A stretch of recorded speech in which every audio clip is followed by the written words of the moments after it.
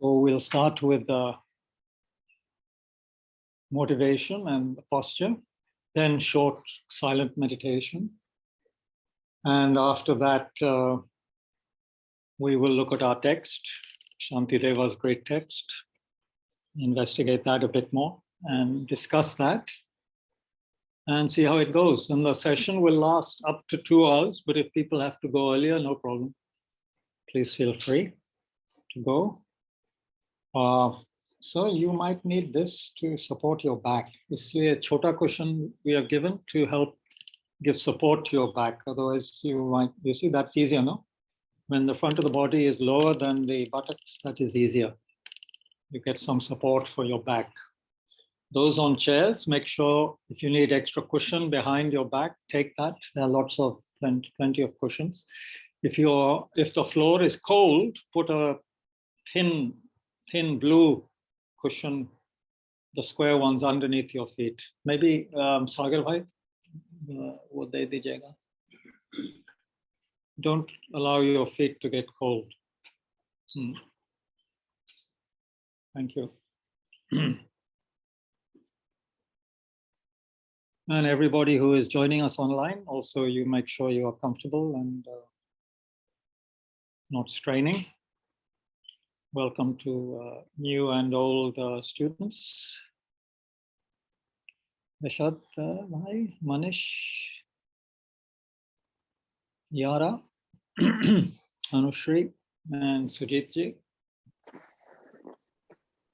Okay, so thank you all very much for sacrificing your time on Sunday morning when there may be so many things that you have to do at home, but you gave up your time to come here.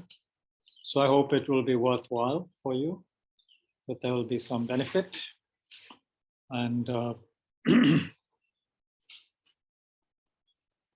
we should be happy that I'm joining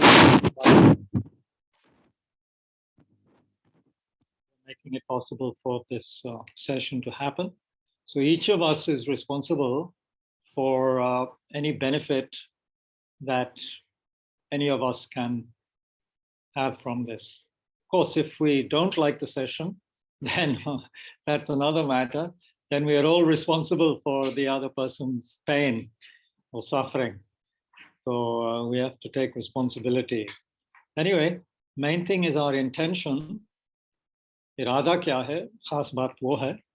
And we're all here to, I hope you are at least curious, okay, to learn something or to offer something, to participate. We have to remember that the main point is some inner work, inner experience. What is outside, of course, may be very strange. Itne tasveerein, itne murtiyan, yes, but this is not the main point. These can help, but they can also be distraction. तो खास बात है कि भीतर में झांच करके हम लोग भीतर में कुछ क्या बोलेंगे? Introspection. हाँ, भीतर का काम है. It's introspection. It's working with our mind. Material objects, we are experts at working with material objects, of course. Very expert. We human beings can send rockets to the corners of the universe, but and also land people on the moon or maybe soon on Mars. But even those scientists who produce those remarkable instruments, when they go home, sometimes they fight with their wife and children and husbands, and they have problems with their minds. So we have mastered many things materially, but we have not yet mastered our emotions, our mind. Smallest thing can make us very upset or very happy. And then we go up and down. Yeah, according to the circumstance. So इस बात को थोड़ा सा समझना है, इसको देखना है. So here we are working with this mind, consciousness, which is source of great happiness or source of great suffering. It depends. how we use it.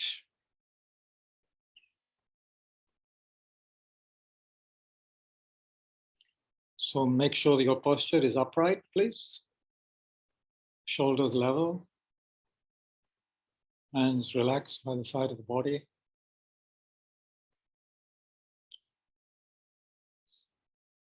Head may be tilted slightly downwards to avoid stress on the neck. Relaxation in the muscles of the face.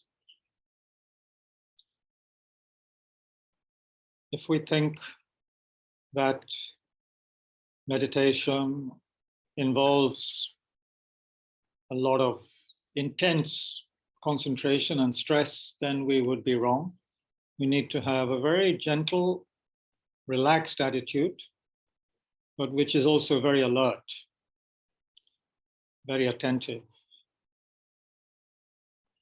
If we're not relaxed, then we can easily get upset or tired, and then more and more strain and stress can occur. So let there be a gentle approach. We're not trying to prove anything here. We're not in any kind of exam. Ye pariksha nahi hai. So we can have a more open, relaxed attitude. And a happy attitude, actually, thinking that how wonderful that as a human being, we have this opportunity, which is not there for any other kind of being. Animals are too preoccupied with survival. Of course, so are many human beings. We are very fortunate human beings. Many human beings, as we know, are not in a position to investigate. They're also hungry or tired or sick, just trying to earn their living. They don't have time for this. So anyway, the animals don't have intelligence or time. Even the God realms, they are too preoccupied either with pleasure or with competition. And as for the other realms, there is too much suffering in those realms. They have no opportunity. So we're very fortunate. So we can be happy at that. So posture, it's a confident posture. But not only confident, it's also represents a quality of open-heartedness. Front of the body is open. So we don't regard this practice as something only for oneself. This is for the benefit of others as well. So we are willing to open up, communicate with other people, help other people.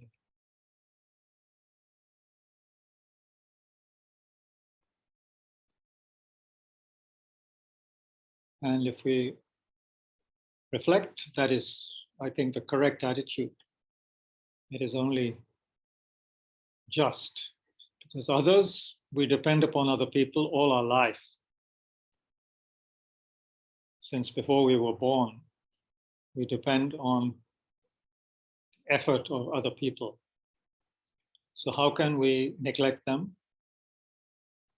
How can we forget them in the name of some religion or something? That would be very wrong.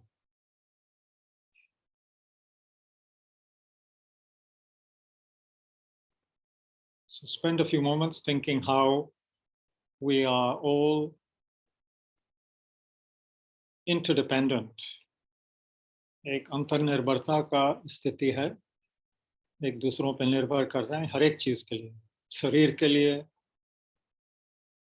खाने के सामान के लिए, कपड़ों के लिए, मकान, सब कुछ. Depend on others for everything.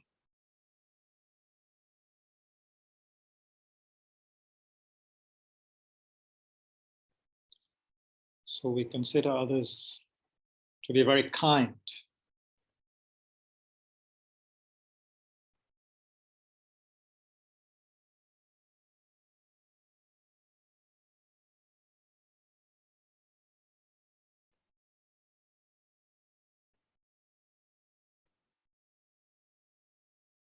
And they're not only kind, but they are suffering from all of the things we suffer from, and even more, some of them. Birth, sickness, old age, death, not getting what they want, getting what they don't want, so on and so forth. One problem after another, never finding lasting happiness.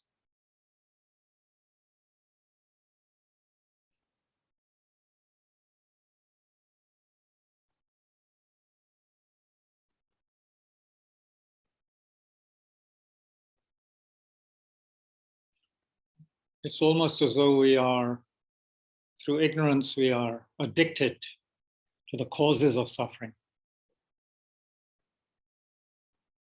Like a patient who wants to be healthy but is addicted to the causes of illness, causes of sickness.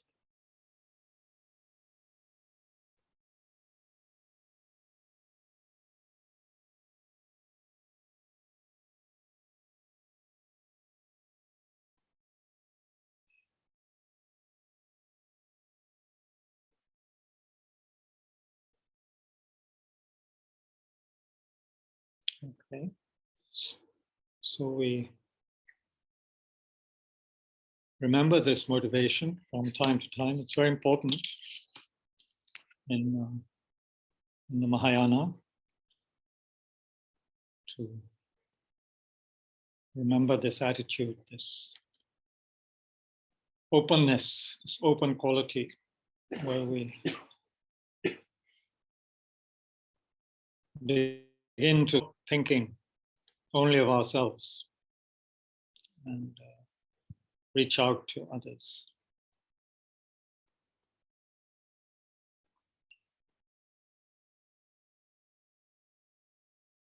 So to be of any benefit to anybody, including ourselves, let alone other people, we need to first calm our minds. Based on that, we can develop insight, love, compassion, great wisdom, and so forth. So first, we engage in the practices to stabilize the mind. दूसरों को लाभ पहुंचाने के लिए या उससे पहले तो हम लोगों को अपने मन को केंद्रित करना है, या जो दिमाग भटकता रहता है, घूमता रहता है, जिसमें जो कि क्लेशों का गुलाम बन चुका है, पहले इस मन को कुछ हद तक सुधारना है. So first we have to work with this mind, which has temporarily become the slave of the disturbing emotions, the delusions, ignorance, anger, attachment, jealousy, pride, etc.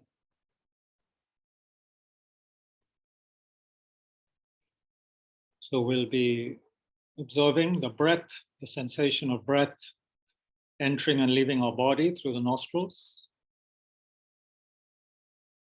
सांस पर ध्यान देना होगा. When the mind goes here and there, when we recognize that it has been distracted by thoughts, memories, plans, we let that go, we recognize, we let go, and come back to the breath.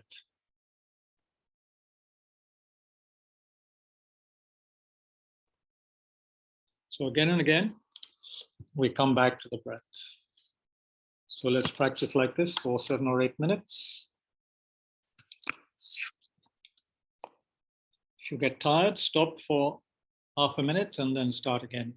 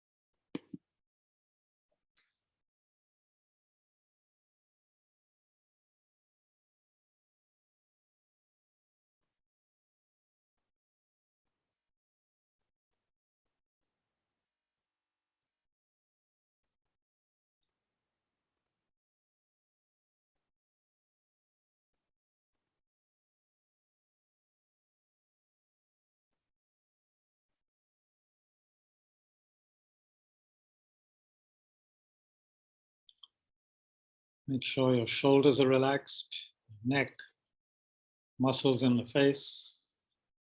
Let there be a softness there.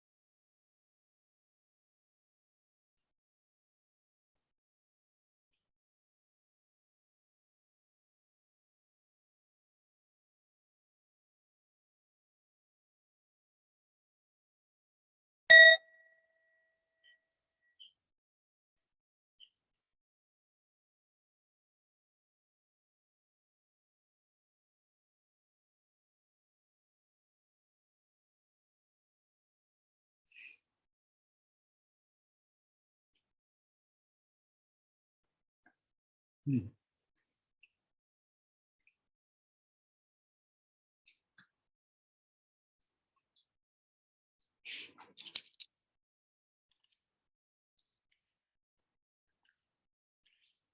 Okay, so I think we'll keep this session as, excuse me, as interactive as possible. That will be useful.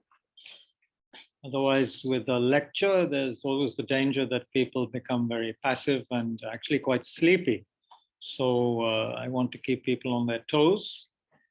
ये नहीं चाहता हूँ कि बात करते करते आपको नींद लग जाए, तो हम लोग इसको संडे मॉर्निंग थोड़ा वो होता है ना, so we're going to have so all students particularly be on your guard क्योंकि I'll be asking some questions. I hope you're all ready for that. Yeah. Okay, so we're looking at this extraordinary text, which is one of the greatest texts of Mahayana Buddhism, Guide to the Bodhisattva's Way of Life, written by Shantideva in the 8th century, or actually not written by him maybe, but spoken by him, taken down by others. And his very story is, or one of the anecdotes, which we always repeat, is very revealing, very important, because it, I think you'll see why. And just so briefly, since it's also quite humorous, Shantideva was not at all appreciated at Nalanda University where he was. He was not appreciated by the other students because actually they called him, they had some name, something like Busuku or something like that, which actually meant somebody who eats, sleeps, and goes to the toilet. वो लोग यही देखते थे कि ये बंदा खाता है, सोता है और बाथरूम जाता है और कुछ दिखता नहीं था. So they were very upset with him because Nalanda was a very prestigious university, right? With some of the greatest scholars from around the world and fantastic faculty of teachers and so forth. So they didn't want Shantideva there. So they wanted to humiliate him and make sure that he left. So they, in a very sarcastic way, they said, they asked him to maybe give a teaching. Maybe he could teach them something based on his experience. And this way they thought he'll make such a fool of himself, he'll have to leave. However, of course, they didn't realize that Shantideva was a Mahasattva, Bodhisattva. He was a great being. Not just a great scholar, but a great meditator, great realized person. Vidyadhara jo bolte hain. He was a holder of wisdom, deep wisdom, the deepest wisdom, not just scholarly wisdom. They didn't realize that, he slept in the day, yes, but he was awake the whole of the night, doing his meditations, practices, jo bhi karte the. So anyway, the day came, and when the day came for him to teach, he gave this extraordinary teaching, which was a big surprise for everyone. And of course, they felt very ashamed. Maafi mange unse, nahi, maaf kijiye, aap thehriye yahan. But he didn't want to stay at Nalanda. He'd had enough, and he had work elsewhere. He was somebody whose life was dedicated to others. So it's not as though only people at Nalanda needed him. He left Nalanda University and did whatever he had to do elsewhere. That is a biography somewhere. Anyway, the moral of this story, if there is a moral, also is that we should not be too quick, isn't it, to judge people. हम बहुत जल्दी दूसरों को किसी category में डाल देते हैं कि वो ऐसा है, वो ऐसा है. तो ये गलत है. We don't know who is the other person, what their experience is. And if they are an ordinary person, even so, we should not judge any ordinary person. We don't know anyway who is ordinary, who is not. But ordinary people, meaning people without deep spiritual realizations, they may be behaving the way they are behaving because of their big, causes and conditions in their own life, which could be very difficult conditions, making them behave a certain way or whatever. We don't know. But we are very quick to judge other people. and maybe also ourselves sometimes. Anyway, so Shantideva was an extraordinary person. We say he was a bodhisattva. Okay, so who would like to define bodhisattva for the new people in one sentence or two? Bodhisattva is the state of mind, which is in that they can rebirth according to their choice. No, that is not. Well, bodhisattva is a person, not a mind. Bodhichitta is a mind. What? So who is a bodhisattva? Sagar? Aiming for enlightenment. No, pura definition do yaar, itna. Yeah, give the whole definition. Start from. Someone who wants to get enlightened. Someone who wants to get enlightened. Why? To help others. For others. We are in the process to become Buddhahood. Bodhisattva. What do you think? Pretty good, not yet 10 out of 10, but pretty good. Anybody else? Anyone online who is feeling very brave and brilliant this morning? आप बता सकते हैं what is the definition of a bodhisattva? All of you master's program students should know this backwards in your sleep. बताइए लोगों को. Minoti or yeah. The person who has bodhicitta mind. So what is bodhicitta mind? Don't put the video on. No, I'm sure that Not sure. Okay, pass. Next, what is bodhicitta mind? These are very basic questions. What is bodhicitta? Minoti, what is bodhicitta? Kabirji, a mind that wants to attain enlightenment for the benefit of all sentient beings. Okay. Don't pose it as a question. You're giving a statement, right? I'm okay. I was just going to say I'm attempting it. It's the bodhicitta, the aspiration to highest enlightenment in order to benefit all sentient beings, or some teachers say in order to lead others also to enlightenment. To enlightenment. Guide others to the highest enlightenment. Okay, so this is, when we actually think about this, this is a very unusual state of mind, because many of us, we feel that if I help somebody for a few hours or minutes or a day or two, then I'm very special. I've really done something good. Or if I give food to somebody, a person or an animal, or if I give food regularly to somebody, then I'll think I'm a very, good person. But a bodhisattva is somebody who continuously is aiming and acting in order to bring the highest benefit to as many people as possible. That's the purpose of their life, to dedicate their whole life to benefiting others, to leading them on the spiritual path to enlightenment, and whatever else is needed for them to do that. So giving material help, guidance, giving freedom from fear, giving loving kindness, whatever others need, and of course giving teachings, whatever others need to wake up completely, that the bodhisattva is dedicated to give. And the bodhisattva also is not someone who is always, smiling and, looking, behaving in a very sweet and gentle way.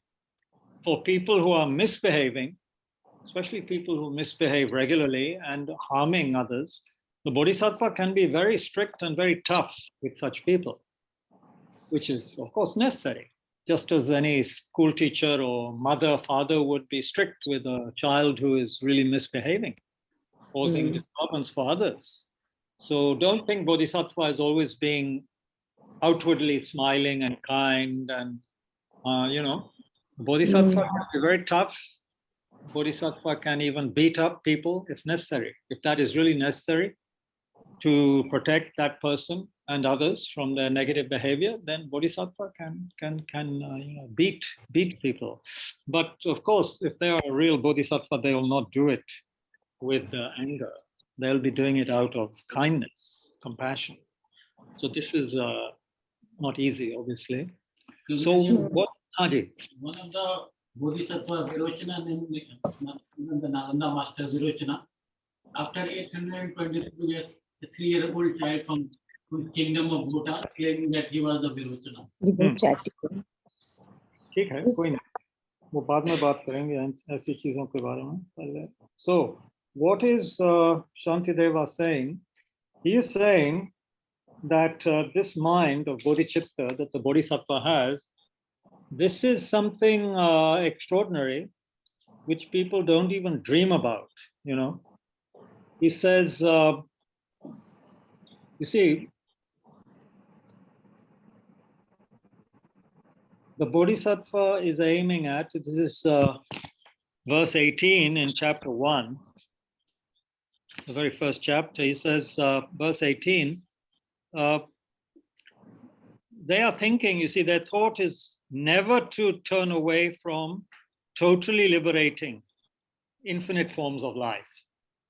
So it's not like the Bodhisattva is just helping their family, neighbors, their caste members, people in their own country, human beings. Bodhisattva is committed to benefiting all beings who have life, who have mind. Of course, Bodhisattva would always care, I'm sure, extremely well for environment, for trees and grass and everything, because that helps living beings, it helps everybody. So a Bodhisattva is concerned for humans, insects, gods, fish, hell beings, pret, beings you and I can see and can't see. So what need is there to mention? Verse 22. The wish to dispel their inconceivable misery, wishing every single one of them to realize boundless good qualities. You see, Bodhisattva understands the depth of suffering of everybody.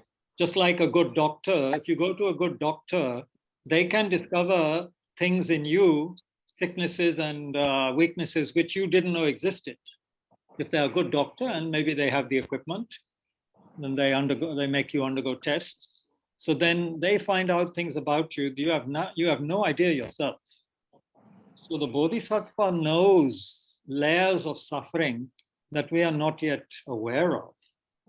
And the Bodhisattva really, you know, mature Bodhisattva can see the kind of suffering we have had in the past and what we are likely to experience in the future. So their depth of compassion is far greater than an ordinary person who can just see superficial level of suffering, who can see, for example, that someone is hungry, you know. But that person will not see how a very rich person who is enjoying and exploiting others, how that person is suffering. Ordinary person will get angry at that rich person. But the Bodhisattva will see all the levels of suffering of all beings, because everyone is suffering something or other, or has been suffering or will suffer. So it's an extraordinary thing. And Shantideva asks in the next verse, 23, in chapter 1, that, you know, do even fathers and mothers have such a kind of attitude? Of course, the answer is no. Mothers and fathers, they care for their own children, mostly. They don't have this kind of attitude. It's an extraordinary attitude. Do the gods and sages have it? Does even Brahma have this attitude? So Shantideva is asking these questions, you know. And he says that if these beings have never before even dreamt of such an attitude for their own sake, how would it ever arise for the sake of others? वो ख्वाब में भी ऐसे नहीं देखे हैं इस तरह का इरादा अपने के लिए, अपने लाभ के लिए, तो दूसरों के लाभ के लिए कैसे देखते हैं? You know, Shantideva is really extolling the greatness of this state of mind. This intention to benefit all beings, which does not arise in others, even for their own sake, is an extraordinary jewel of the mind. Its birth is an unprecedented wonder. समझ रहे हैं ना? ये इरादा दूसरों को लाभ पहुंचाने के लिए, जो कि दूसरों के मन में उत्पन्न नहीं होता है, अपने लिए भी, ये तो एक extraordinary jewel of the mind. ये तो ऐसे रतन है, ऐसे how would you say extraordinary in Hindi? अद्भुत, अद्भुत रतन. हाँ, ये एकदम मन का एक अद्भुत रतन है और उसका जन्म जो है unprecedented. हाँ? Apurv is apurv. Apurva, like Yeah. your name. Yeah. Apurva. Actually mean Ye that to ek constant. apurva wonder. Anyway, this is not a Hindi class, but it's good to know some Actually, good words. adjective translation. There is a lot of So he's really so those of you who are new and those who need revision, you must look at these early chapters. Then in the second chapter, he realizes, okay, this is a wonderful state of mind, but right now my mind is full of garbage, a lot of rubbish thoughts and ideas and feelings and prejudices, and I need to purify my mind. Because if I don't do that, I will die with an unpurified mind and experience tremendous suffering at the time of death, and therefore in the future. So a lot of that chapter 2 is connected with that I must understand and confess all my negativities, because the untrustworthy Lord of Death does not wait for things to be done or not done. Whether I'm sick or healthy, this lifespan is unstable. Yeah, it's unstable. We think we might be stable, but within a few days we could be lying very sick in our beds due to some bacteria or virus that we can't even see with our naked eyes, for which we need quite a good microscope. And then it could even kill us in a few days. So what we think is stable is not stable. And leaving everything, verse 34 of chapter 2, he says that leaving everything, I must depart alone. अकेले हमको जाना पड़ेगा इस जन्म को छोड़ करके. And because I haven't understood this fact, I keep on committing a lot of negativities, a lot of negative actions in connection with friends and so-called enemies. Yeah, I keep on engaging in unwholesomeness, actions based on attachment and greed, and actions based on hatred, aversion, anger. I keep on doing these things, not realizing that in the end, all these things will disappear. My enemies will become nothing. My friends will become nothing. I too will become as though nothing. Everything will become like nothing. Even this world system, this solar system, right, will eventually disappear. Yeah, this earth, this sun, everything will disappear. So what to mention are family, friends, wife, husband, children, everything will disappear. So it's like a dream experience, he says, verse 36, just like a dream experience. Whatever things I enjoy will become a memory. Whatever has passed will not be seen again. And after being a memory, then after some time it'll be totally forgotten. Right now, we remember great names like I don't know. We remember from Indian history King Ashok. We remember so on and so forth. In European history, they remember Napoleon.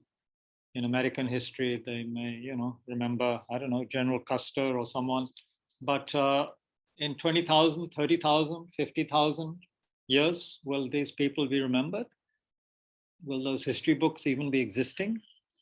Will the digital copies be existing even? Who knows? We might have completely forgotten about such people. So let alone ordinary people like us, who will remember us, And yet we make a big deal about passing on our genes to and having children and so forth. So, and then he gives quite a sort of like a horror story.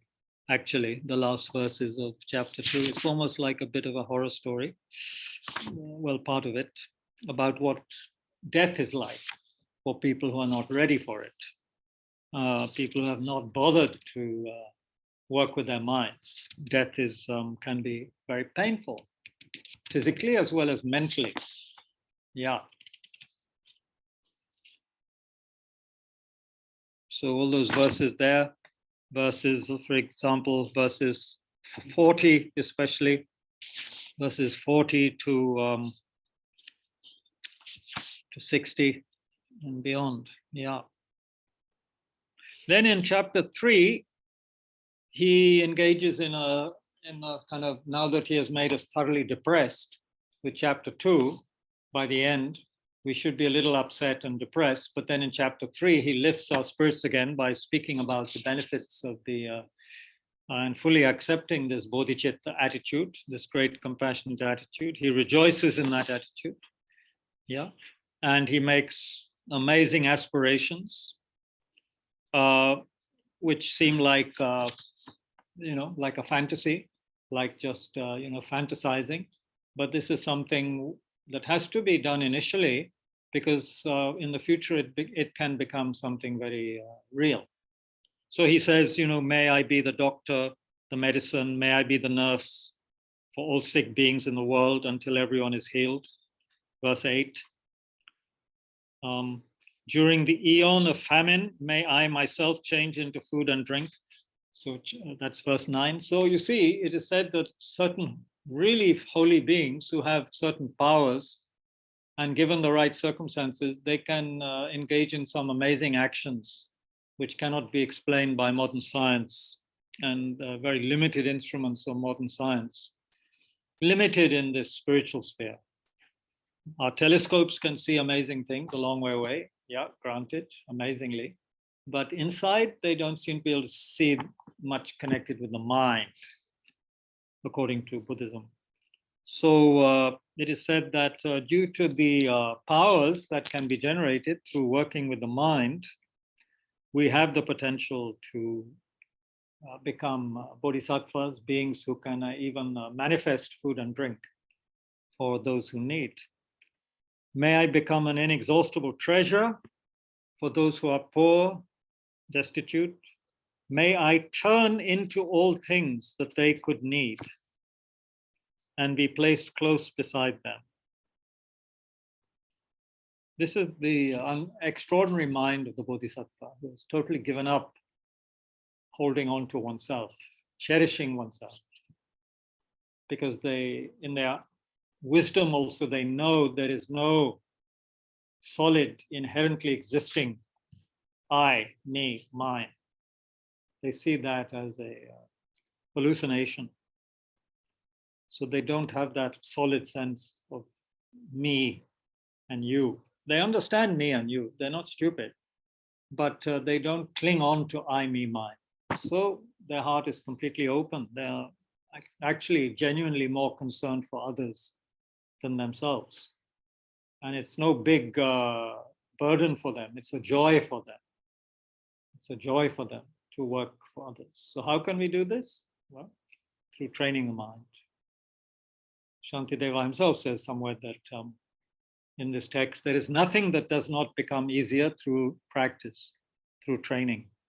Matlab, everything becomes easier through practice, through training. Whatever it is. It may be hard for us to get up in the morning and, but then if we have children and we have to get up early and take them to the bus to catch the 7 a.m. bus to school, then we get used to getting up in the morning. And maybe we even make them some nashta, for them to take to school. So depending on circumstances and our motivation, everything can become easier. And everything can become more difficult also, depending on which way we lead our mind. We get used to watching Netflix and Amazon Prime until 2, 3 a.m., then getting up early will be very difficult. Very difficult. And of course, it's very easy to get into those habits. Those streaming channels are designed to addict us.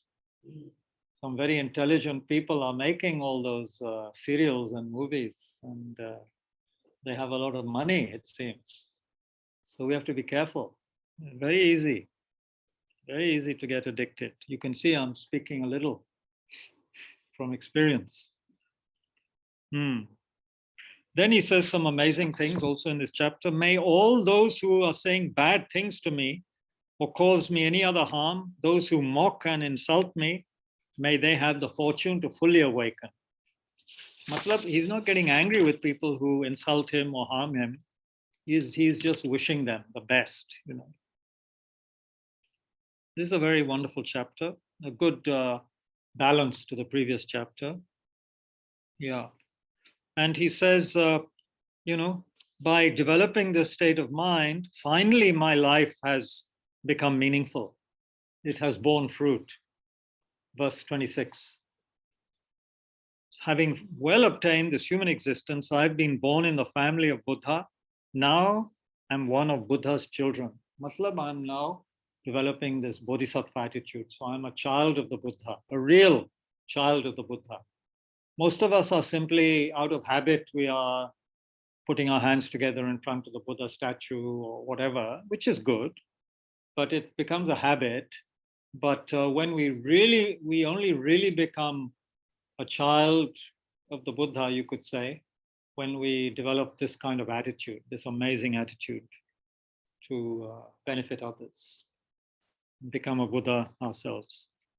So he's saying, just like a blind person discovering a jewel in a heap of rubbish, likewise, by some coincidence, this awakening mind has been born within me. Yeah, it's a good example. However beautiful and unstainable a jewel is, if it is hidden under a pile of garbage, it is of no use. We cannot find it, we cannot use it, cannot benefit from it. But if we clean up the garbage, then the jewel becomes visible and it can be utilized. So we have this jewel of the mind, a very pristine jewel-like awareness. All of us have it, whoever we are. Even if we are murderers, we have it. But right now it is underneath the pile of garbage of the disturbing emotions. क्लेश कर्म के वजह से ये जो रतन है ये पूरा छुपा हुआ है, उसको हम लोग देख नहीं सकते. In our subtle mind. It's a very subtle mind, you can say, a pristine awareness, which right now is covered with the very superficial levels of mind, which are governed by ignorance, anger, attachment, so forth. If we were to discover that jewel, he says it's like the supreme ambrosia, asli amrit jaisa cheez hai. It overcomes the lordship of death. It's the inexhaustible treasure that eliminates all poverty in the world. Not just outer poverty. The worst poverty is maybe inner poverty. अपने को गरीब समझना, हृदय में, मैं कुछ नहीं कर सकता हूँ. That kind of inner poverty, which is always hungry and wanting something. That's the worst poverty. So this kind of attitude totally destroys the inner poverty. And when that is destroyed, naturally we attract richness and goodness in the world. It's the supreme medicine that quells, which destroys the world's disease. It is the lovely phrase here, verse 30, chapter 3. It is the tree that shelters all beings, wandering and tired on the path of conditioned existence. Beautiful phrase. So like these wonderful, in India at least, neem tree, bodhi tree, people trees, bargat ka ped that we have in our country. You know, if a tired traveler comes across such a tree after a long period in the sun, it is so wonderful, so restful. They can rest under that tree, and the shade of those trees, the air, the hava under those trees is considered very beneficial, especially neem tree. Now, of course, bodhi tree, people is connected with enlightenment. The tree the Buddha sat under is the bodhi tree, people tree, ficus religiosa. So we can become like that kind of tree for others. Think of a great tree, and maybe we should go and look at trees sometimes, shelter under them, see how many beings are benefiting from them. Squirrels, insects, ants, birds, all kinds of little creatures are there, sheltering there. And then if it's a fruit kind of, you know, these bargad and people, they drop their seeds and they are edible. for many animals, insects. So much benefit just from one tree. You know, one tree can also produce millions of other trees. And certain banyan trees, if they're left, the roots come down and they grow many other trees. It can cover acres, actually, if you were to just leave it. A banyan tree could cover a very large area. There was a big banyan tree at the Rishi Valley School in South India. And also, I think in Chennai, at Adyar, at the Theosophical Society, there was a very, very spreading banyan tree there also. Anyway, a tree. We should aspire to be like a great tree for others. Then he has this beautiful metaphor of inviting everyone like a guest. He says, today in the presence of all the protectors, I invite the world to be guests at a festival of temporary and ultimate delight. Matlab, I'm going to provide temporary and ultimate joy to others. I'm going to treat others like my guest. May gods, demigods, and all be joyful. So we know, those of us who are still connected to our parampara, to our traditions, we know what it means to be a good guest, a good host, what it means to take care of a guest. We all know, isn't it? It's a very wonderful thing. And it's not easy also, because sometimes we're not ready for the guest, you know. So we have to get supplies, we have to clean up. Maybe our house is dirty. So how can we receive the guest if the house is dirty? So we clean up, you know, we make it nice. We maybe use certain incense or flowers. We never buy flowers. Today we buy flowers because we have this guest or guests coming. So in other words, we clean up and we also bring in some lovely, you know, items. So this is like purifying and accumulating positive qualities in the mind. So we need to do that before we can invite this great guest of great compassion, Bodhichitta. But it's so inner level and outer level. So Shantideva is saying he would like to invite everyone as a guest and take care of them. And how wonderful, if you remember ever being taken care of properly by your host, isn't it a wonderful experience? You may come tired and dirty to that person's house and they immediately greet you nicely, and then they offer you, you know, some refreshment. They offer, say, please take a bath, you know, take a shower. They have the warm water ready for you. If it is cold weather, they have the towel, they have whatever they can manage the best in their house, they offer to you as the guest. And you feel very touched, you feel very so happy, isn't it, when you're treated well by your host. So Shantideva is implying he's ready to do this for anybody, not just someone he knows, you know, not just his friends or his relations. He is inviting all the world, you know. He's inviting anybody who is traveling on the path of conditioned existence. So that means basically all of us. जो संसार में चक्कर खा रहे हैं, ऐसे लोगों को वो बुला रहे हैं कि आप हमारे मेहमान बनिए. Anyone wandering lost in, you know, the labyrinth of cyclic existence, he's inviting them. You please come, I'll take care of you. This is a very wonderful thing. Think about it. Think about it. If you ever took a sick animal or bird or dog into your house briefly, or you maybe adopted a dog or a cat, made a big difference to that being, right? You may later tell people, oh, I adopted this cat or dog. They may say, yeah, not a big deal, not a human being. But it's a big deal for the animal. You really made a difference in that animal's life, yeah? Or that bird, you helped it, it was injured, you helped it, and then fed the bird and then it could fly away again.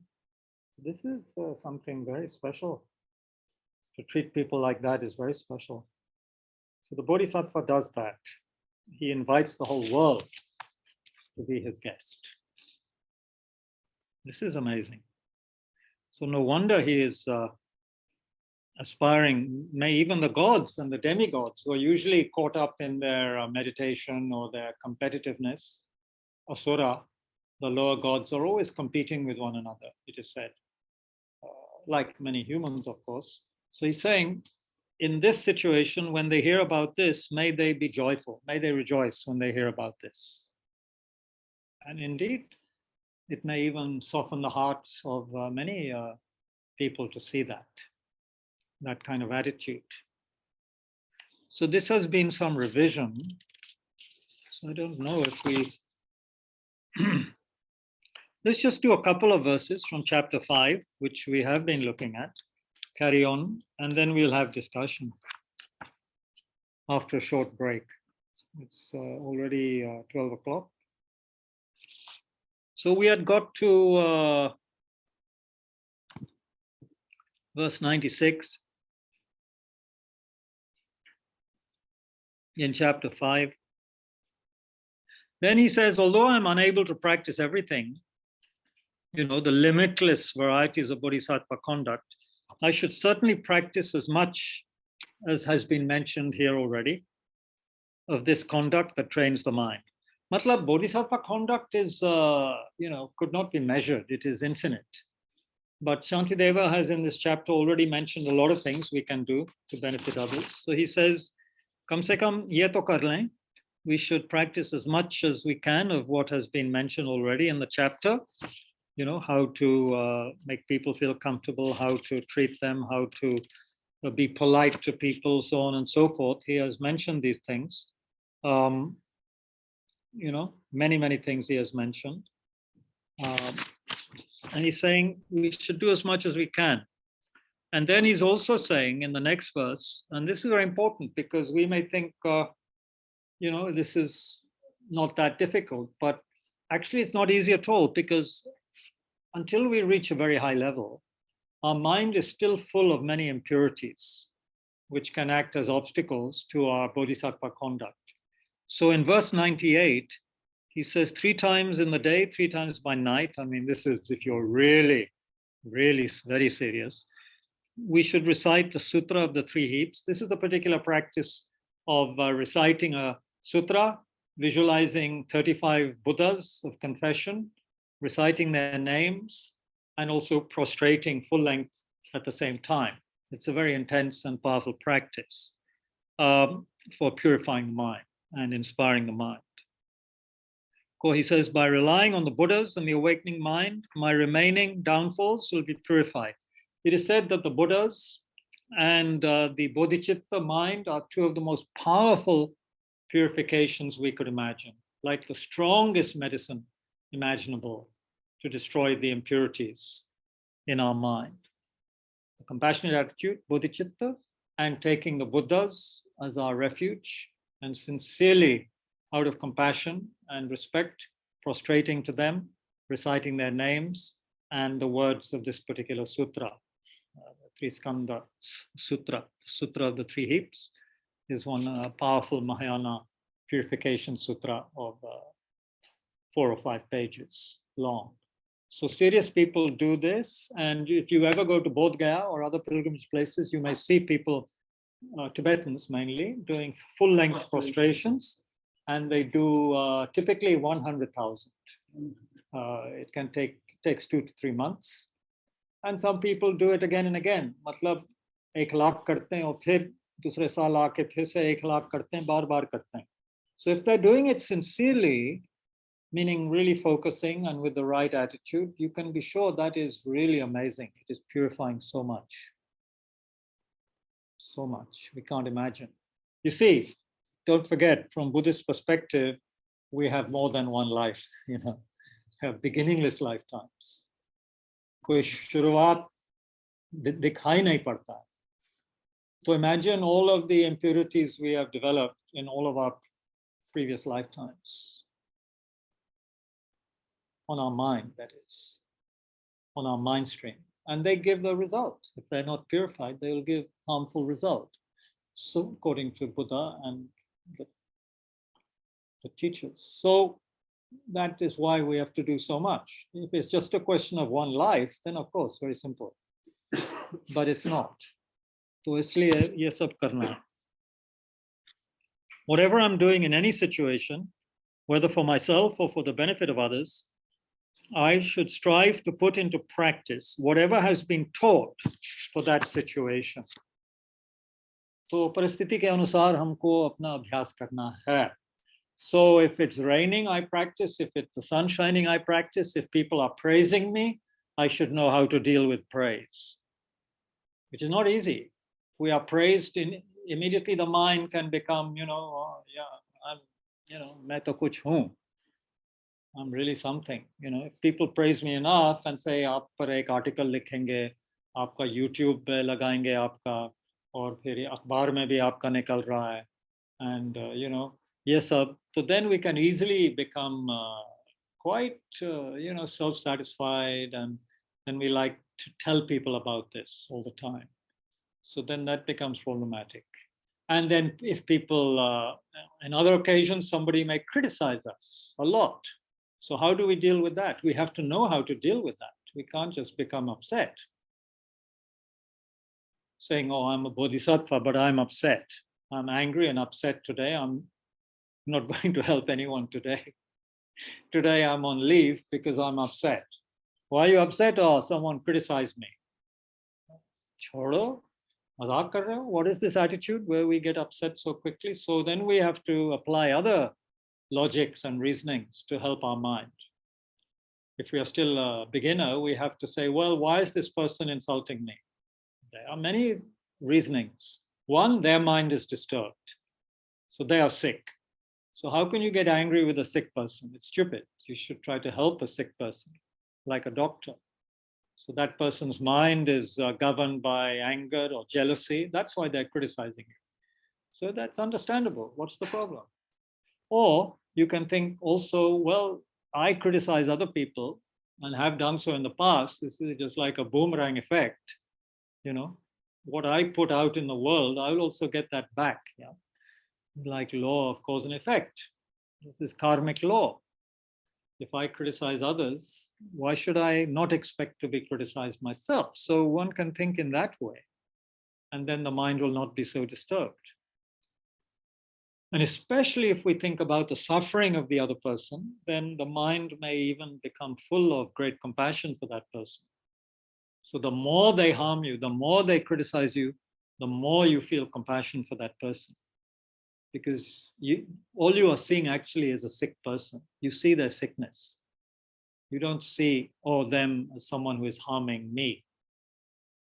Because remember, if we are really wise bodhisattva, we don't have any strong sense of me and mine in that negative way, in that self-protective way. Next verse is amazing. It's really an amazing verse. You should remember this. Easy to remember because it's verse 100 of chapter 5. So this says, there is no such thing as something that is not learned by bodhisattvas. Thus, if I'm skilled in living in this way, nothing will be non-meritorious. मतलब ऐसा चीज है ही नहीं जो कि हमको नहीं सीखना है. जो मैंने कहना है, I'm not interested in that at all. If we're not interested in, say, neuroscience or rocket science or in insects in this life, at least we can make the aspiration. May I become an expert in everything so that I can help everyone with everything if necessary. So there's nothing that I shouldn't learn, especially important things that will benefit others. And if I'm skilled in this way, then everything I do will become meritorious. Matlab, nothing will become non-meritorious. What's the translation in the other? What's the other translation say? The Padmakara translation? Anyone have that? आपके पास कौन सा translation है? हाँ, ये पढ़िए please. Verse 100, chapter 5. There is indeed no field of knowledge that our Buddha offspring should not learn. Yes. No field of knowledge that a Buddha's offspring should not learn. Yes. For Then those who are well versed in all these three ways, there is no action destitute of merit. for those who are skilled in 3 ways, it says. Those who are well versed in all three ways. 3 ways. All These ways. All these. In all these ways, yeah, nothing. Yeah. So you see, that's a very important verse. We shouldn't say, oh, I'm a literature person. I like poetry and literature. Not at all interested in science or electronics or in IT, because I find that easy to say. I don't appreciate very much mathematics and things like that, and computers, although I use them, of course. I'm not very good at them. So often I think I'm not interested in this, not interested to learn more. And that could be a problem, because then I have to always rely on other people to, put together a nice,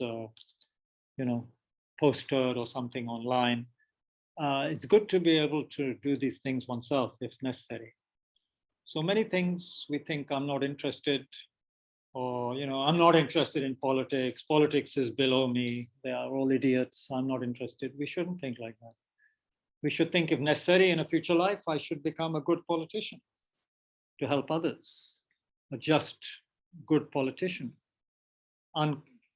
uncorrupt politician, and help people that way. It would be very helpful, no doubt, to have good leaders who are uncorrupt and hardworking and who have Bodhichitta. Imagine if our leaders, even 1 or 2, had this Bodhichitta, excuse me, it might make a huge difference.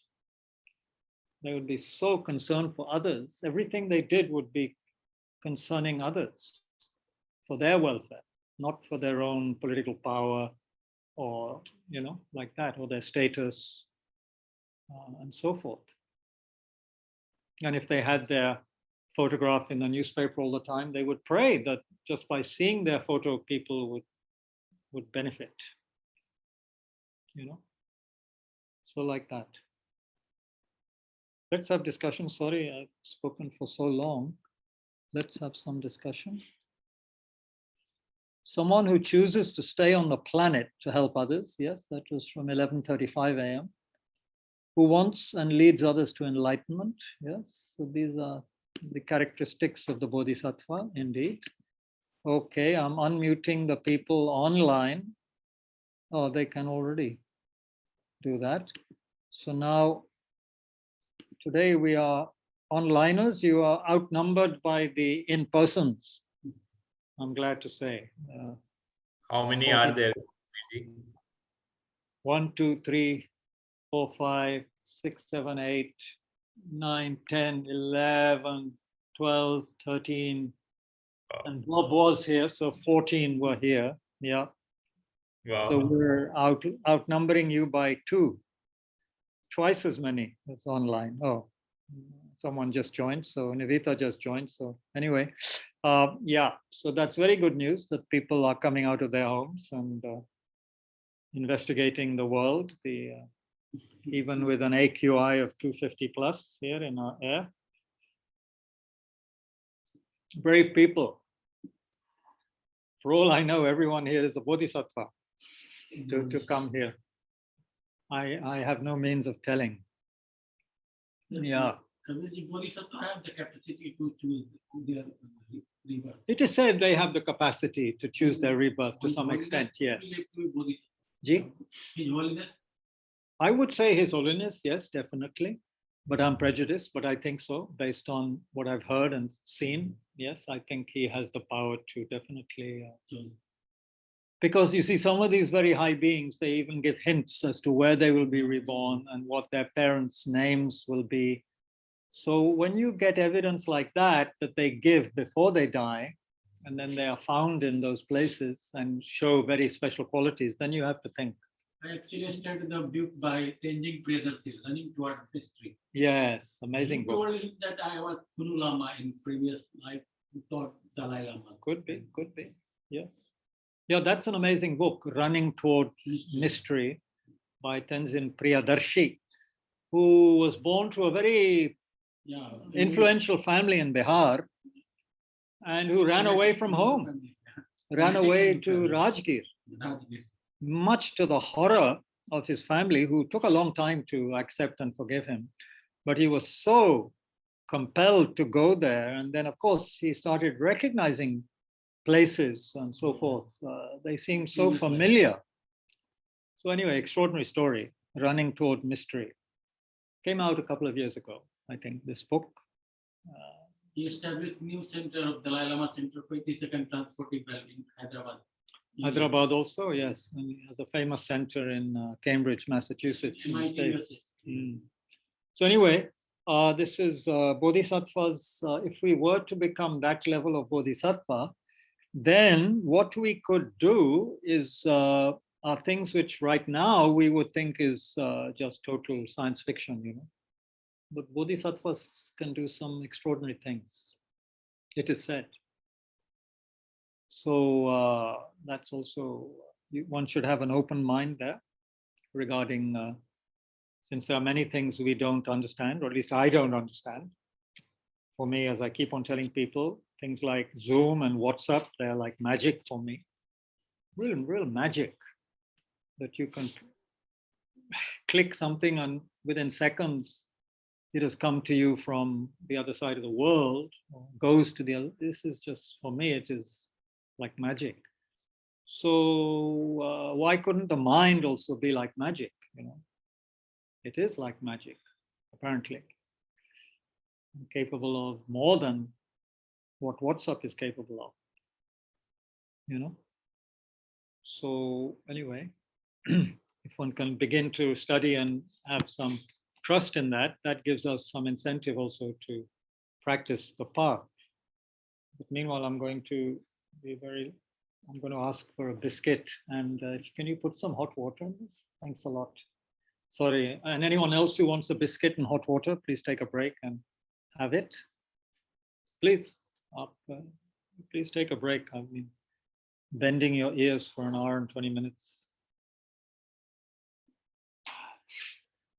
Yeah. Check your messages. Check your whatever else needs to be checked.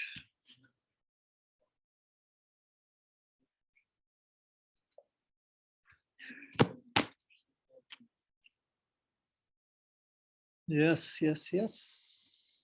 Vishad Bhai, how is your family doing? After that, after your aunt passed away, how is everyone? Better, Kabirji. Where are you? Home. Meerut. Yeah, When are you coming to Delhi? I have no idea. No Yeah. idea. I think we have an idea for you. I think someone is already planning your visit to Delhi, in case you didn't know. Did you know that? Yes. Your future is being planned by somebody who is with us right now. Thank you, sir. Thank you. But maybe you better check with them in case they are laboring under a misunderstanding. Yeah, the guilty party is there. Yeah. So anyway, I hope we'll see you in Delhi. You can sleep in the Gompa and have very meritorious dreams in the Gompa if you have to sleep here. Because there will be two nuns staying at the center at one point. One in the main room, one in the dormitory. So they can get, but be prepared for camping at Tushita. Yeah, There are Kabirji. worse places to camp. Namita will update you on that. Acha, good. Or Nitya will. Good.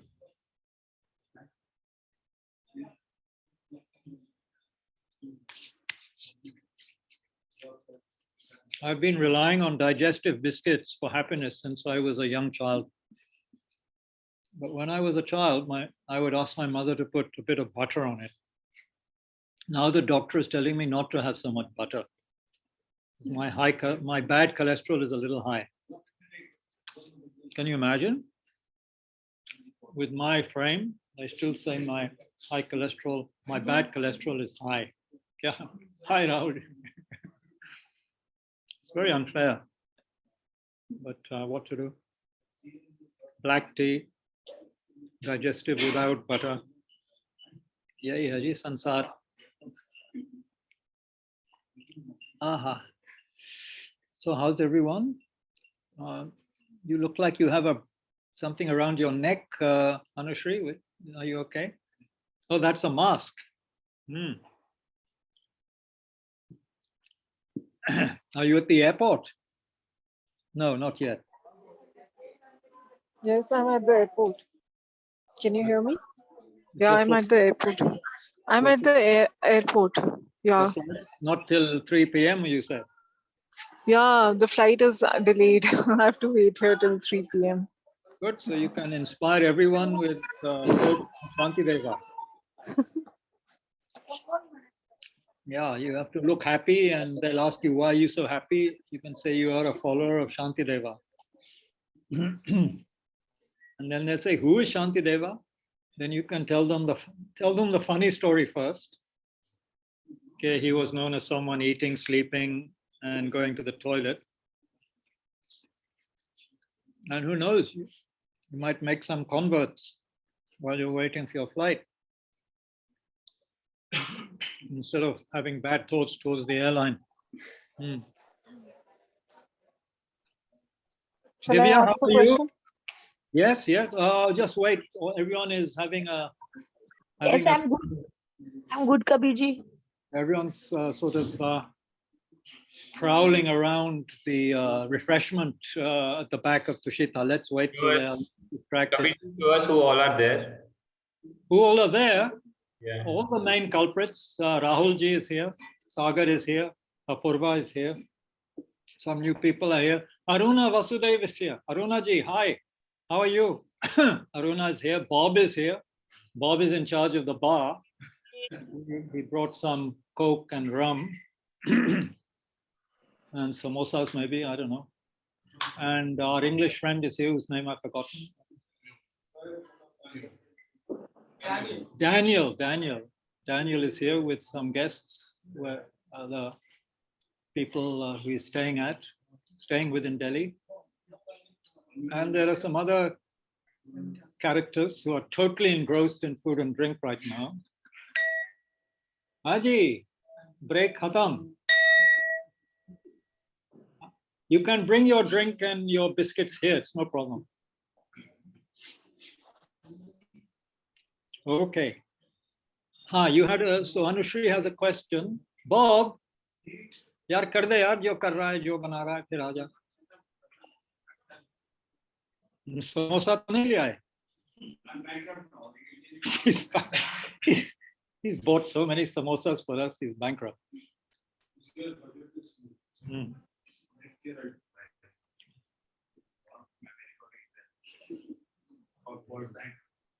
Okay.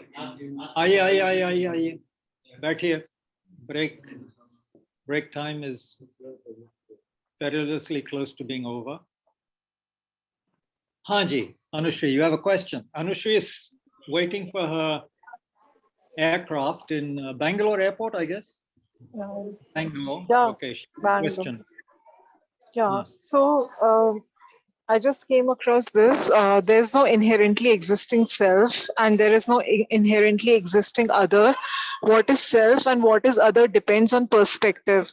So can you elaborate upon that? This is one of Anushri's favorite questions. She must have asked it a dozen times in the last 2 years. No. Very patient person and not supposed to get angry in public. I will patiently answer this question, or I will pass it on to one of these master's program people who should be able to answer it much better than me, actually. We have Vishad, we have Ajirji, we have Minoti, and we have Sujit. So all of them I will tap on now to how will you answer this question of Anushri's? Ajirji, aap hain kya? He is our elder and wiser member.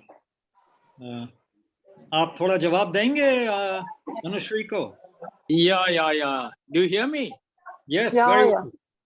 Okay. I think let me try to give an answer to what Anushri is saying.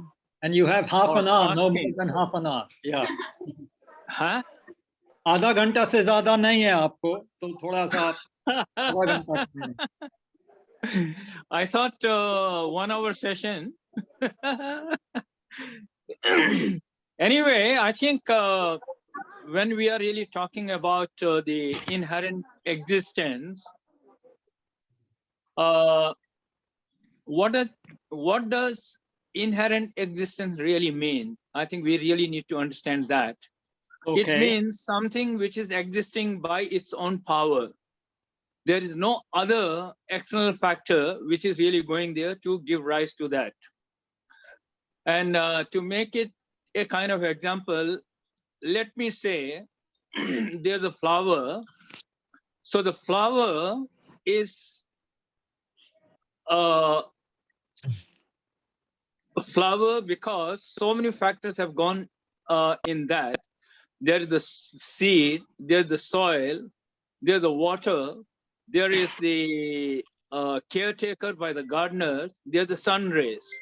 So all these factors have gone in giving rise to that flower, which because of our ignorance tend to believe that it is existing by its own power. That means it is existing inherently. But mentally, just visualize that all the factors are taken one by one. There is no sun rays, there is no gardener, there is no water, there is no soil, and there's no seed. Where is that flower? Is there flower which is existing by its own power? So I think this is a kind of the example I can really put it. And the second one, I think, which Nagarjuna has given, which I really find very useful. In his text, it is said that if mirage were to be water, why not the people close by see the water? I'm just quoting Nagarjuna. If mirage were to be water, why not the people close by don't see the water? So what is really being said is that from the distance, it really appears that the mirage is there and it appears like water. But when we go close by, is there water? There's no water. It was only the appearance of the water. Okay. And if there was really a water, then I think the whole place which is there where we go there, we would have seen that it is totally wet, but we find that there is no wetness of that ground. It's all dry, which essentially means that it was all misperception. Okay. Can I just ask something, Ajitji? Yeah. With your example of the flower, you mentioned causes and conditions, and you mentioned the parts to some extent, but isn't there said to be a third factor which is necessary for a flower to be there? Yeah, that is the imputation. Mm-hmm. I was only trying to put that normally we perceive that the flower is existing inherently. So to negate that and to establish that the flower doesn't exist by its own power, it exists because of the coming together in the cause and the condition. It is just to negate that inherent part. But doesn't it also come into existence due to the power of conception? Yeah. Definitely. I mean, this is only just taking the flower as a flower. And this could apply to any phenomena which we perceive. Any phenomena. Yeah. Okay, good. Thank you, Ajayji. I hope you are listening carefully, everyone, including Anushri in Bangalore airport. And if you don't understand and you're more confused, then congratulations. It's actually said that one should be initially more confused, and that will enable us to go deeper and motivate us to really find out the truth. So I think you can think about it on the flight. In case you're getting bored on the flight, you can think about this. It might put you to sleep actually, but that's okay. You probably need some rest. So yeah, this is a vast topic, the I, how it exists. If we were to crack this one, then we would crack open samsara. The good news is that one of Nagarjuna's disciples, Aryadev said that even if you begin to start questioning the solidity or the inherent existence of the I and phenomena, already you are beginning to deconstruct and destroy cyclic existence. So it's a very good thing. Cyclic existence will begin to shake, he said, if you begin to question appearances, just questioning them. We don't have the answer yet, but we are questioning them. That, you know, are things really like this? Does this person really exist the way they appear? What is a flower? What is a person? Who am I? If we start questioning sincerely, then cyclic existence is beginning to shake. We are beginning to we're beginning to rattle. We're beginning to find the means of escaping from this prison. Yeah. Thank you, Ajirji, and thank you, Anushri. Anyone else here at Tushita who are outnumbering you onliners? Divya, any question? No, nothing. Thank you. Anyone here, Tushita, please.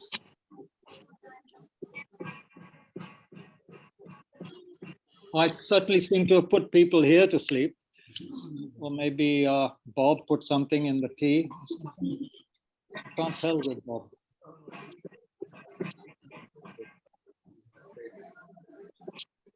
हाँ जी, अपूर्वा, कुछ तो होगा. You're thinking about something connected with dharma or connected with? No, connected with dharma, thankfully.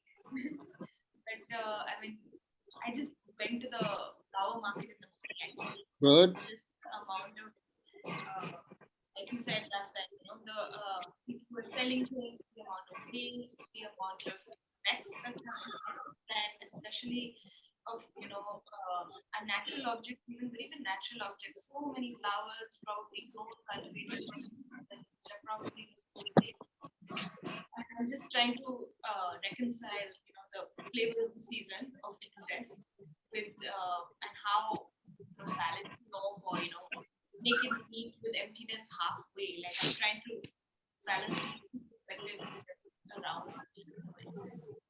Not really your question. Yeah, no, I'm dealing with Diwali this year by being very miserly, basically buying virtually nothing. Partly because I'm traveling tomorrow, but also because it's kind of overwhelming. And I felt very sorry for the traders. There's so many traders have sprung up in Horsehouse Market, and most of them aren't going to sell a lot of the stuff, you know. I don't know how much profit they make. They'll make something, I guess, but it just seems a lot of people put a lot of effort, and I don't know how much they're going to get out of it. And as I've said before, I'm often reminded of what Socrates said, you know, and I'm sure many Indian pundits, that he likes going to the market, but only to look at things that he has no need of, you know. So it was very colorful and nice at the market yesterday, very beautiful. At night you go and all the shops are lit up and people are buying, and the ladies are, and the gents are, you know, milling around, but there are also people whose shops are empty, and certainly some of the poor people who don't have a stall, they just sit on the ground with some colors and things around them. And I don't know how much they are selling.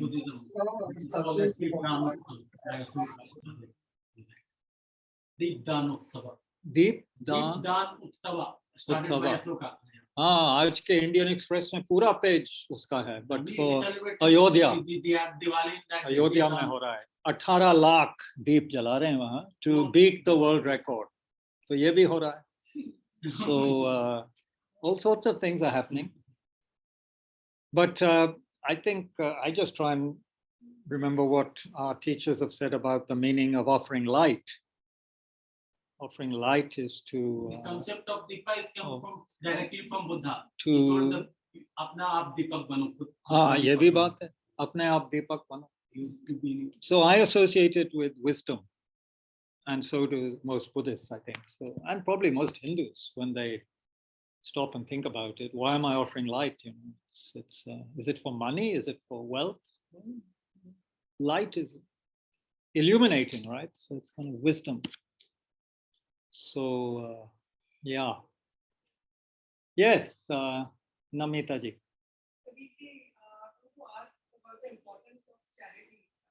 Importance of charity.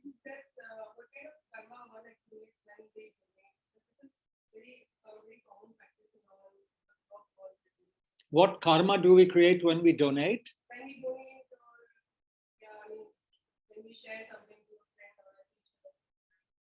What do you think? What do you think the karmic result of giving would be, or donating? Now, you are showing gratitude, yes, but you're asking what is the result, right? Is that what you asked? Yes. So what would be the result of giving?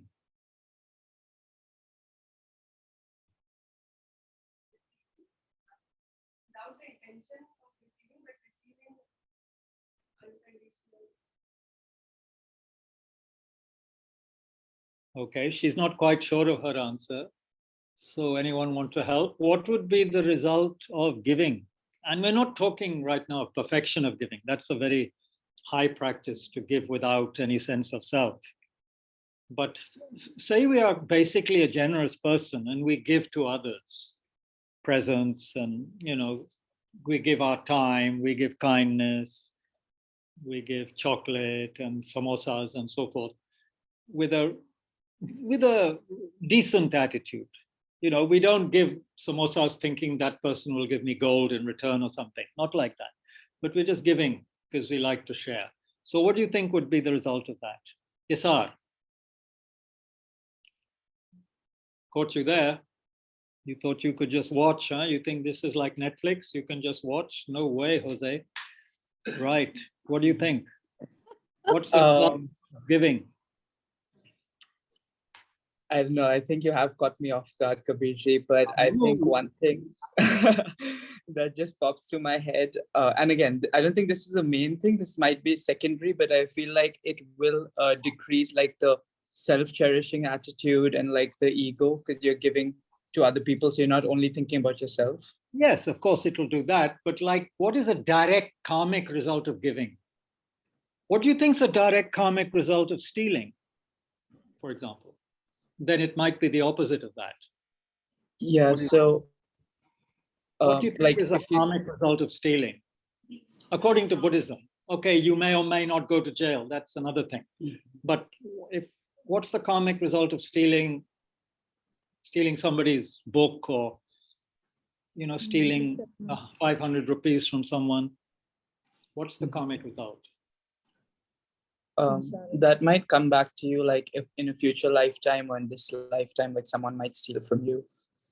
So you're saying it leads to oneself experiencing that sort of thing in the future from others, right? Is there any other kind of very pernicious, very dangerous result of stealing? Especially if you are a serial stealer, you steal again and again. What do you think will be the result of that? Finally, land in. Huh? Finally, they go land in jail. Finally land in jail. Okay, what's another one? That may or may not happen. Dawood, Ibrahim Dawood, not yet in jail.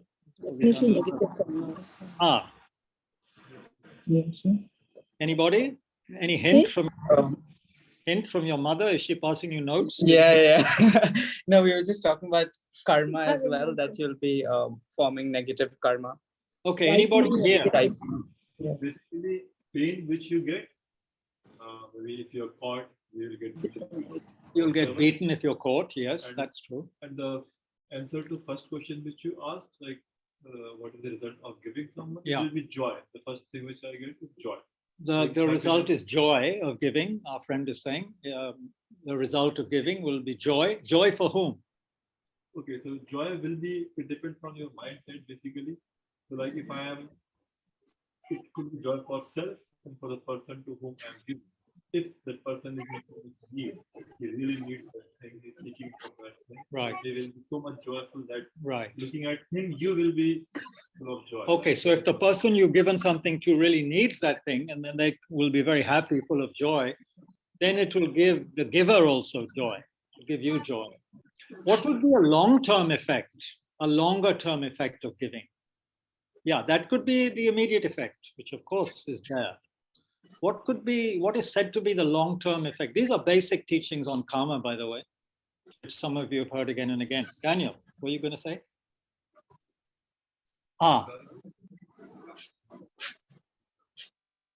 Does it have an effect on your rebirth?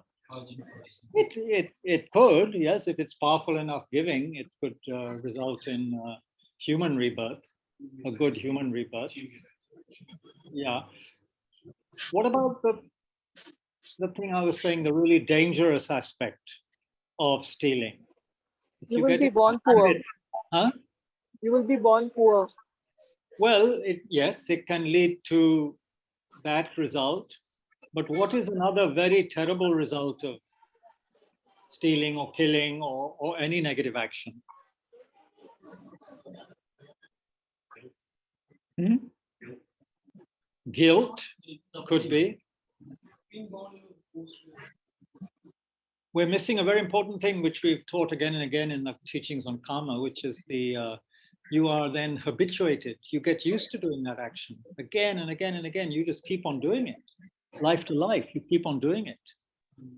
Sometimes it's hard to understand why certain humans act like carnivorous animals, actually, and even kill people, cut them up, put their pieces in the fridge and eat them. So it's very difficult to understand those things with just a one life perspective, I think.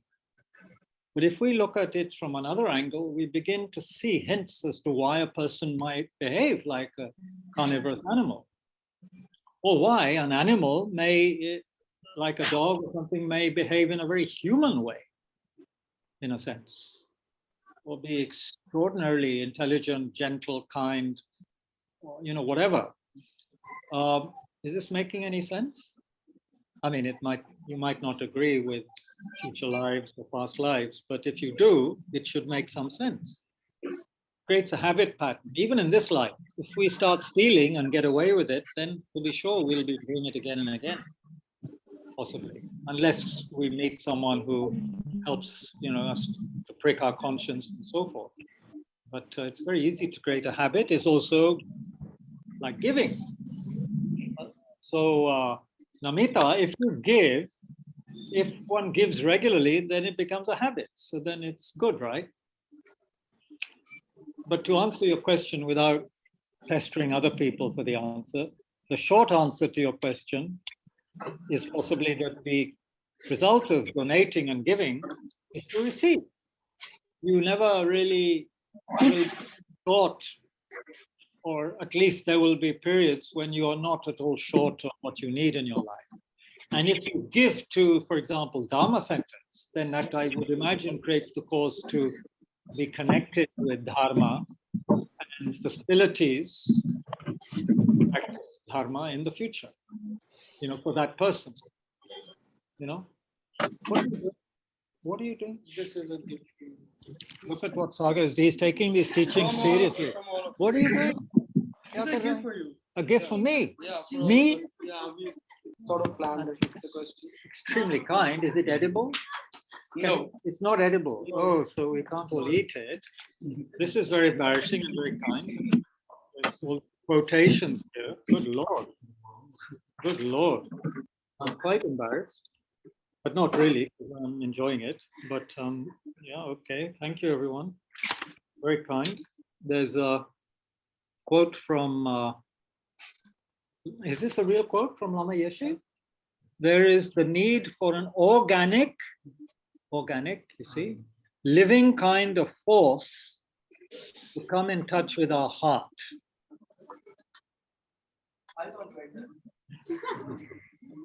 There is the need for an organic, living kind of force to come in touch with our heart. Yeah. So I think Lama might be talking about compassion or even Bodhichitta. It's organic. It's organic. It's not don't need chemicals to grow Bodhichitta, unless of course for a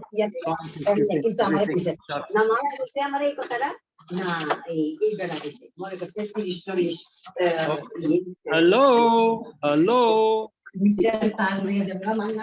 Okay, now I am going to have to close the background. That's not you, I think.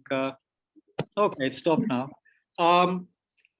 I would say, yeah, Bodhichitta is organic, living kind of force to come in touch with our heart. Lama Yeshe was our founder, our first teacher. He was an amazing being, and he was like a very heartfelt teacher. He was like a mother and a father to so many of us. It's very. Reincarnation now. वो थोड़ा लामा यशे के बारे में पहले बोल लें. Lama Sel is something else. He's also very wonderful, very heartfelt, his reincarnation, it is said. So Lama gave a lot of these amazing teachings. And he was, yeah, I'm here because of Lama Yeshe. Otherwise I'd be stuck in England doing heavens knows what, but he brought me back to India in 1983. So I'm very grateful to him. Then there's a quote from Lama Zopa Rinpoche. One who regards working for the happiness of future lives as more important than working for the happiness of this life, who emphasizes liberation from samsara rather than samsaric pleasures, who emphasizes the practice of morality, who emphasizes cherishing others more than cherishing oneself, because we then have the opportunity to develop bodhicitta, the root of the Mahayana path, and thus achieve enlightenment. Who put this together, this one? Huh? Nivita. Okay, well, thank you.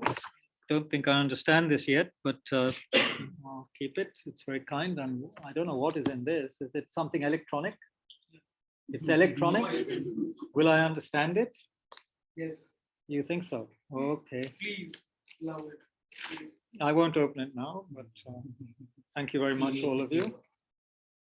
Yeah, well, I'll need help in understanding what it is, probably. But thank you very much.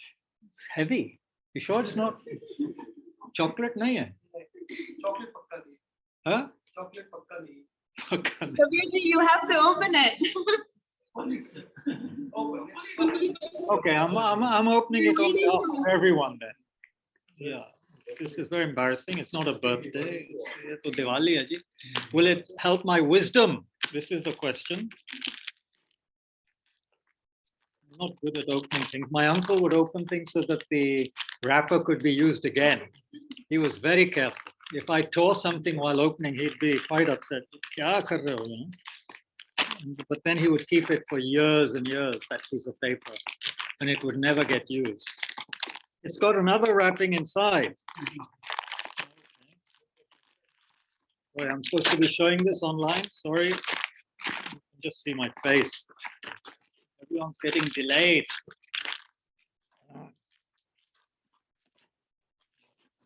Sorry, I couldn't keep the paper nicely. Shaji. Not a third wrapping.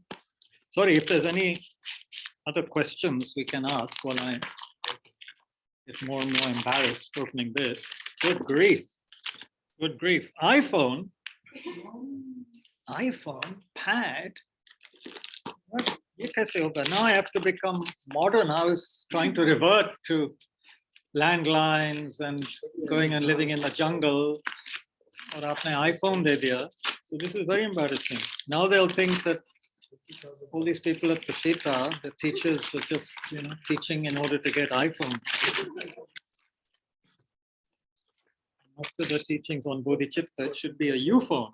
So, boom! Oh, now this is good. This is something I mentioned, and it must have been the fairies picked up my. So now we're going to have a party after the Christmas break, or maybe before Christmas, but it'll have to be the music that I like. So some of you will be disappointed because it will feel very strange to some of your ears, 60s and 70s music. But now we'll be able to have one. So thank you very much. Goodness, boom, boom, boom. Yes, I'm glad it's not an ordinary item. What is it, Kabirji? Can you show us? Oh, boom. Boom. I first heard about how these work at Sujit's house. In when was it, Sujitji? When did I come to Dehradun? Early August or something? Yeah, mid-August. Mid-August. And he had a boom. And we had quite an interesting time that evening listening to the boom. Yes. So thank you very much. I will be listening to The Who as well as Bob Dylan and all my favorite classical composers. Thank you very much. Yes, thank you. Okay, we can go on a bit, if you wish, for a few minutes. Or has that effectively ended the proceedings? I would like another comment or question. This is very common. So, yeah. Very basic question. Good. Basic is good. What is enlightenment? Oh.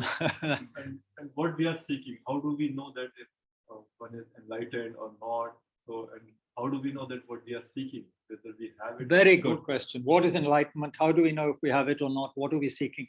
You know, the Buddhist teachings emphasize studying and then reflecting and then meditating. So we have to study what the great masters and the great Indian and Tibetan Pandits have said regarding enlightenment. And what, for example, Maitreya Bodhisattva's great texts, great sutras say about enlightenment. There are many wonderful sutras, including the Uttara Tantra, which is the teaching on Buddha nature, on the Buddha nature, which all of us are said to have. So if we can study those teachings, then we'll get a better idea of what is enlightenment. And then how do we know we're enlightened? Well, if we really get to that level, we will know what is happening. And if we are in doubt, we can ask other people who are very awakened and enlightened for their opinion, you know. But it's like we know. It's like, how does someone know when they're a fully qualified, I don't know, policeman or IT specialist? You take an exam, you pass the exam, or you're able to do certain things, then you know you're a qualified, you know, person in that sphere. So how do you know you're a qualified Buddha? Well, there are all kinds of amazing lists of what Buddhas can do. So if one fulfills that criterion, one is, I think at a certain level, you just know, just like you would know if you are experiencing anger or if you're experiencing jealousy right this moment. You know from your subjective experience what you're going through, right? So like that. If you're in doubt, if any of us here think that we are already enlightened, then I could give a simple test. Just allow yourself to be abused and insulted. First of all, help someone for a while, for a few months, and then make sure that you create the circumstances for that person to harm you or insult you, and see what your reaction is. If your reaction is more and more love and compassion for that person, then you're definitely not yet enlightened maybe, but you're on the right path. But if you're getting annoyed and angry and resentful, then maybe not yet enlightened, still some way to go. Or if you get a present and you wanted, I don't know, you wanted kalakand and someone only gave you jalebi, and then you're upset that you only got jalebi and not kalakand, then that shows that, again, a lot of work to be done. So anyway, I got what I wanted, so I'm happy.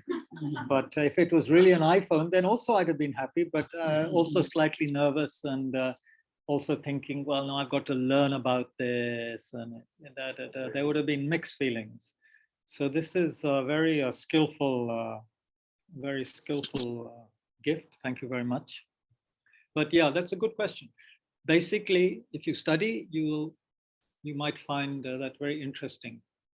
Study the text on Buddha nature, and also there are many basic stages of the path teachings which give short descriptions of what is a Buddha, what is an enlightened being.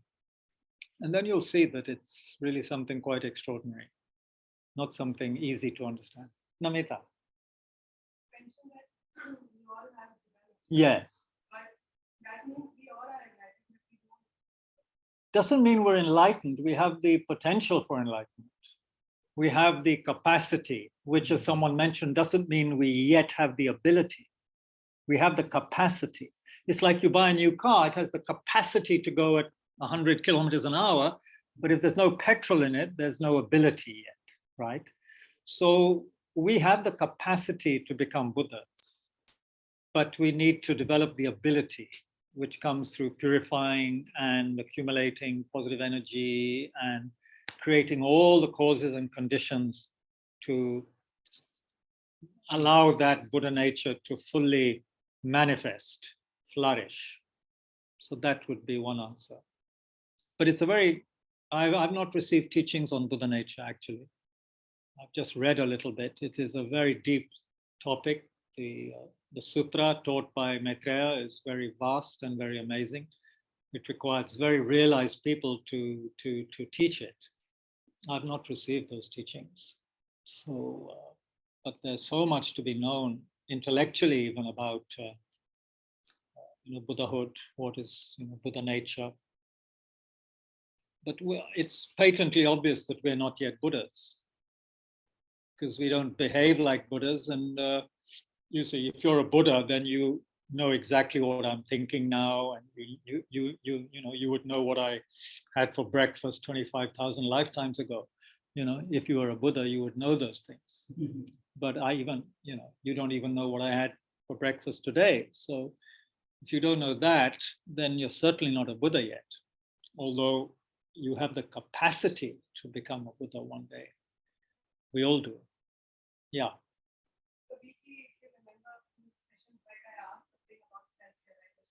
Self-realization.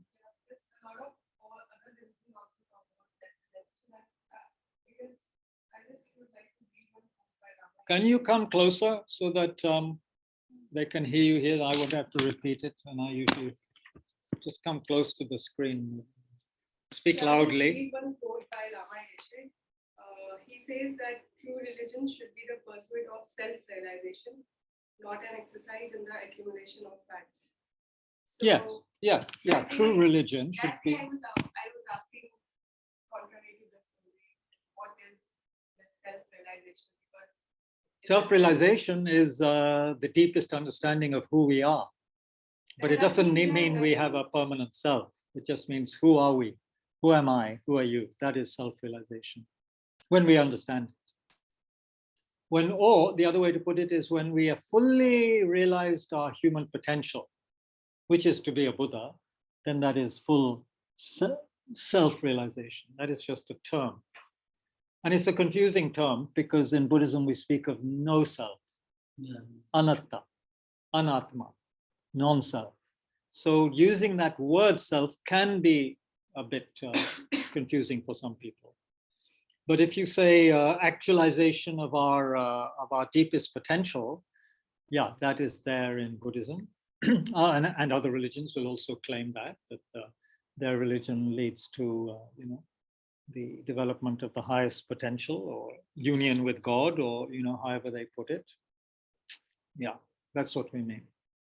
That's what that phrase means to me, and what it would have meant probably to Lama Yeshe, because he was a highly realized being. He knew there was no inherently existing self.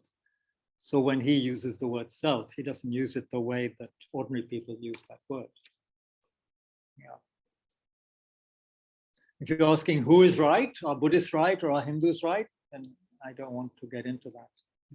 I am biased. I'm card-carrying Buddhist. I think Buddhist is right, I have my Buddhist card, Here's my card. I'm a Buddhist.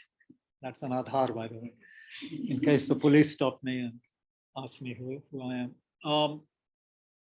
Yeah, I'm a Buddhist, so I'll say we have the truth. But I will also say the truth has to be realized, and there's no point arguing and discussing it. After a certain point, it's meaningless to discuss it because it's a deep inner actualization, right? How could you speak about what is the truth using words alone? It's not possible. Does that make sense? If you're asking what is self-realization and you want me to give a description of self-realization, I can't do that. You have to read the texts on Buddha nature in Buddhism, then you have to read the texts that Hindus have about their self-realization, and then you have to, also develop self-realization come also. Also. सबके पास है भाई, वो तो सबके पास है. Everyone has that term. But what is the self? That is the real question, which Buddha is asking us, is telling us that's the one we have to answer. What is how does the self really exist? And by doing that, he examines how everything exists. How do things exist? And he says they don't exist the way we think they do. The way we're looking at them, it's a hallucination. Yeah. Like a dream. Like a dream. So now my bladder is bursting like a dream, but relatively I'll have to go soon to the toilet. I don't want to pee in front of you all. That would not, relatively speaking, wouldn't be good. Ultimately doesn't matter, but relatively not the thing to do. Create bad publicity for Tushita and so forth. So one doesn't do that. But anything else, you're welcome to stay, of course. I'm sure you won't be kicked out if you stay and you want to browse for a while. But I think good for today. Today's Sunday. Monday, tomorrow we usually have a session. I'll be traveling, so we'll work something out. It will be posted. Maybe there can be something here, right, Namita? Or not? Huh? Oh, you're going home. Tomorrow's Diwali. Yeah, let's have a break tomorrow. Tomorrow you just stay at home and light a candle and, meditate, reflect on wisdom. They use candles differently in different religions. When my great-grandfather was studying to become a Scottish Presbyterian person in the late 19th century, they would put his finger in a candle flame and burn him and say, that hurts, doesn't it? So what would it be like to burn in hell forever and ever? So he didn't like that. So then later in life, he became, he started what he called the free religious movement, a much more open attitude to, he remained a Christian and a preacher, but he gave up. So anyway, don't put your fingers in candles. I hope you have a good day tomorrow with plenty of lights, and chew your food carefully so that there's no hardship the next day. Yeah, we should dedicate very strongly tomorrow and also now that through having this session, just through hearing the word Bodhichitta or Bodhisattva or Shantideva, we get some positive imprints planted in our minds, and that these due to that, we will actually be able to engage in the activities of great compassion, bodhicitta, and be of some benefit to others rather than just causing more confusion and problems for others. And may all of our great teachers have long and healthy lives, and may all their wishes for us be fulfilled. May those who have passed away recently, may they find positive human rebirths.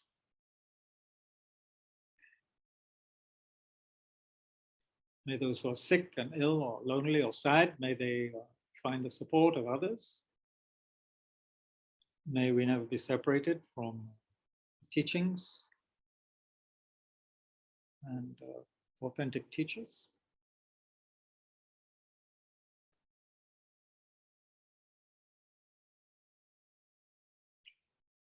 And may we, as Shantideva says, be able to utilize every circumstance of our life in order to deepen our Dharma knowledge and our experience of the path. Okay, so thank you all very much for joining, and bye-bye.